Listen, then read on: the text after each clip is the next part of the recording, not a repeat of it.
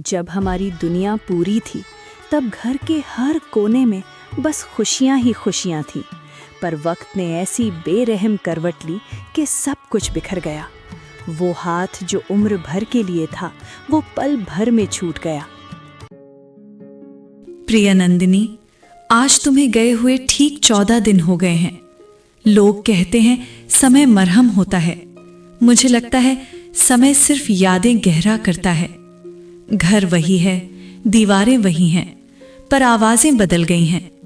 अब यहाँ हंसी नहीं गूंजती, बस सन्नाटा बैठा रहता है। कल रात फिर आरव ने पूछा, पापा मम्मा कब आएंगी अस्पताल से? मैंने उसे सीने से लगाया और झूठ बोलने की ताकत नहीं थी। बस इतना कहा, मम्मा अब भगवान के घर चली गई हैं। वो चुप हो गया, लेकिन सोते समय उसने तकिए के नीचे तुम्हारी फोटो रख ली। नंदिनी, तुम्हें याद है जब डॉक्टर ने पहली बार कहा था स्टेज 3? तुम मुस्कुराई थी, मैं टूट गया था। तुमने कहा था, डरो मत, मैं इतनी जल्दी हार नहीं मानूंगी। तुम्हारे बाल गिरते गए पर हिम्मत नहीं गिरी। तुम्हारा शरीर कमजोर होता गया पर तुम्हारी आवाज मजबूत रही। आखिरी दिनों में भी तुम बच्चों की कॉपी चेक करती थीं, उन्हें कहानी सुनाती थीं, जैसे कुछ हुआ ही न हो। उस रात जब तुम आईसीयू में थीं, मैंने तुम्हारा हाथ पकड़ा हुआ था। तुमने बहुत धीरे से कहा, बच्चों को कभी मां की कमी महसूस मत होने देना। मैंने सिर हिला दिया, पर आज समझ आता है मैं वो वादा कैसे निभाऊंगा। मैं मां नहीं बन सकता नंदिनी, मैं सिर्फ एक डरा हुआ आदमी हूं। आज सुबह छोटी परी तुम्हारी अलमारी खोलकर बैठी थी, तुम्हारी साड़ी को गले लगा रखा था। वो बोली, पापा इसमें मम्मा की खुशबू है। मैंने देखा, सच में थी, या शायद हमें लगा कि थी। मैं वहां से भाग आया क्योंकि मैं बच्चों के सामने रोना नहीं चाहता। रात में जब दोनों सो जाते हैं, मैं तुम्हारी पुरानी वॉइस नोट सुनता हूं। तुम्हारी हंसी, तुम्हारा सुनो ना कहना, तुम्हारा झुंझलाना। मैं फोन सीने से लगाकर रोता हूं, इतना रोता हूं कि आवाज बाहर न जाए, ताकि बच्चों की नींद न टूटे। सुबह फिर मैं वही मजबूत पापा बन जाता हूं।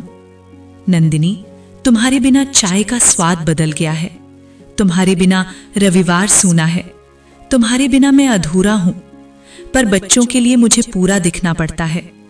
आज आरव ने स्कूल में माई फैमिली पर निबंध लिखा। उसने लिखा, मेरी मम्मा आसमान में रहती हैं, वो हमें रोज देखती हैं। टीचर ने मुझे बुलाकर वो कॉपी दिखाई। मैं मुस्कुराया, पर घर आकर बहुत रोया। तुम जानती हो नंदिनी, मैं डरता हूं कि कहीं मैं गलतियां न कर दूं। डरता हूं कि कहीं बच्चों को तुम्हारी तरह प्यार न दे पाऊं। डरता हूं कि कहीं वो बड़े होकर ये ना कहें, पापा आपने कोशिश तो की, पर आप मम्मा नहीं थे। आज तुम्हारी बरसी नहीं है, कोई खास दिन नहीं है, फिर भी मैंने ये डायरी लिखनी शुरू की, क्योंकि डर है कहीं मैं तुम्हारी आवाज भूल न जाऊं, कहीं मैं तुम्हारा चेहरा धुंधला ना पड़ने दूं। मैं चाहता हूं बच्चे बड़े होकर ये पढ़ें, जाने कि उनकी मां कितनी बहादुर थी। वो सिर्फ कैंसर से नहीं लड़ी, वो मौत से लड़ते हुए भी मुस्कुराती रही। आखिरी बार जब तुमने आंखें खोली थीं, तुमने मुझे देखा। ऐसा लगा जैसे तुम कहना चाहती हो, अब तुम संभाल लेना। मैंने हां कहा था, पर सच बताऊं, मैं अभी भी संभल नहीं पाया हूं। कल रात मैंने सपना देखा, तुम रसोई में थीं, बच्चों को डांट रही थीं कि दूध खत्म क्यों नहीं किया। मैं जागा तो रसोई खाली थी और फ्रिज में रखा दूध भी वैसा ही था। नंदिनी, अगर कहीं से तुम सुन रही हो तो बस इतना जान लो, मैं हारूंगा नहीं। मैं बच्चों को तुम्हारी कहानियां सुनाऊंगा, उन्हें बताऊंगा कि उनकी मां कितनी हिम्मती थी। मैं हर पेरेंट टीचर मीटिंग में जाऊंगा। मैं उनकी चोटी बनाना भी सीख लूंगा। मैं खाना भी बनाना सीख रहा हूं। तुम्हारे हिस्से का प्यार भी दूंगा। शायद परफेक्ट नहीं हो पाऊंगा, पर कोशिश पूरी करूंगा। तुम चली गई हो, पर तुम गई नहीं हो।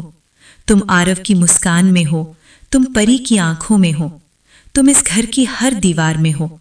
और जब कभी मैं बहुत थक जाऊंगा तो आसमान की तरफ देखूंगा, क्योंकि मुझे यकीन है तुम वहां से हमें देख रही हो और मुस्कुरा रही हो।